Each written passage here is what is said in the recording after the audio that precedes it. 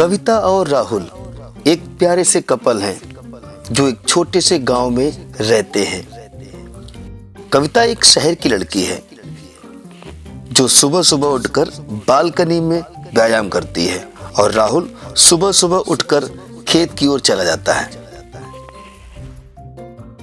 एक दिन कविता की काम वाली बाई घर में काम करने आई और झाड़ू लगाने के बाद वह रोने लगी। तभी कविता वहां पहुंची और पूछा, क्या हुआ, क्यों रो रही हो? कल गांव का एक लड़का रामू गांव के बाहर एक हवेली है वहां चला गया और फिर लौट कर नहीं आया। उसे उस हवेली की चुड़ैल ने मार डाला। तभी कविता ने कहा, गांव के बाहर हवेली? मतलब? हाँ बीबी जी, बहुत खतरनाक है। अरे वो हवेली नहीं, वो तो मौत का कुआं है, मौत का कुआं।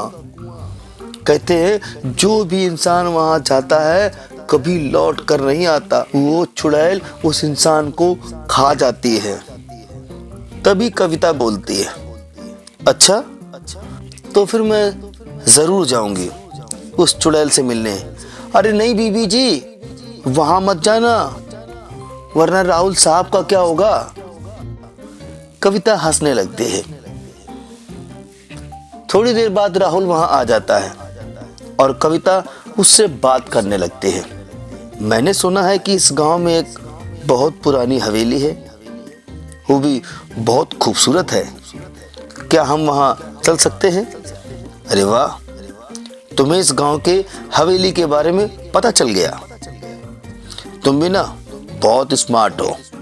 लेकिन हम वहां क्या करेंगे? नहीं, काम वाली बाई ने बताया है कि कल कोई लड़का वहां पर गया और लौट कर नहीं आया। हाँ, ये घटनाएं तो उस हवेली में होती रहती हैं। तो तुम क्यों जाओगी?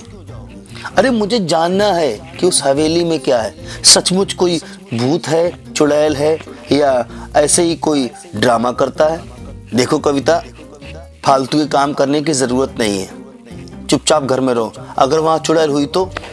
तुम भी राहुल कैसी बात करते हो? आज के समय में होकर के भी ऐसी बातें करते हो। वहां चुड़ैल हो, भूत हो, ना हो, हमें कोई मतलब नहीं, लेकिन हमें हवेली देखने जाना है और पता लगाना है कि आखिर जो लोग वहां जाते हैं वो लौट करके क्यों नहीं आते। कुछ देर सोचने के बाद राहुल, ठीक है चलो। काफी रात थी और वो जंगल के रास्ते उस हवेली की ओर जा रहे थे। जंगल में ना जाने कैसी कैसी आवाजें आ रही थी, जिन्हें सुनने के बाद राहुल की धड़कनें बढ़ रही थी। कुछ देर बाद राहुल ने एक पुरानी हवेली को देखा जो बड़ी अजीब थी और डरावनी भी। हवेली तो देखने में काफी खूबसूरत लग रही है और हवेली में जब वो घूम रहे थे तब उन्हें महसूस हुआ कि कुछ ऐसा है जो वहां नहीं होना चाहिए। राहुल का दिल धक धक करने लगा। राहुल को याद आया वहां एक कमरा है जो खजाने से भरा हुआ है। उसने कविता से कहा, कविता मुझे लगता है जैसे हम यहाँ पहले भी आ चुके हैं। जिस जगह पर हम खड़े हैं उसके पीछे एक कमरा है जिसमें खजाना भरा हुआ है। न जाने क्यों हमें भी ये हवेली कुछ जानी पहचानी सी लग रही है। राहुल उस कमरे की ओर चला जाता है जहां पर खजाना होता है। मुझे लगता है जैसे हम यहाँ पहले भी आ चुके हैं।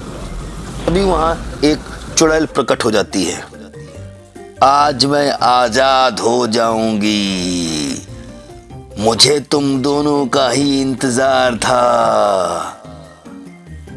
पिछले जन्म में तुम दोनों इस हवेली के राजा रानी थे, पर मैंने तुम दोनों को छल करके रात में मार दिया था और यहाँ का खजाना ले लिया था, जिसके बाद हमें तुम्हारे गुरु ने डायन बना दिया और कहा जब तुम दोनों दूसरा जन्म लेके हवेली में आओगे तभी हमारा उद्धार होगा और तब तक मुझे डायन बन के इसी हवेली में रहना पड़ेगा। अब मैं जा रही हूँ। और इतना कह के चुड़ैल गायब हो जाती है और वो हवेली हमेशा के लिए उस चुड़ैल से आजाद हो जाती है। कविता और राहुल उस हवेली में रहने लगते हैं।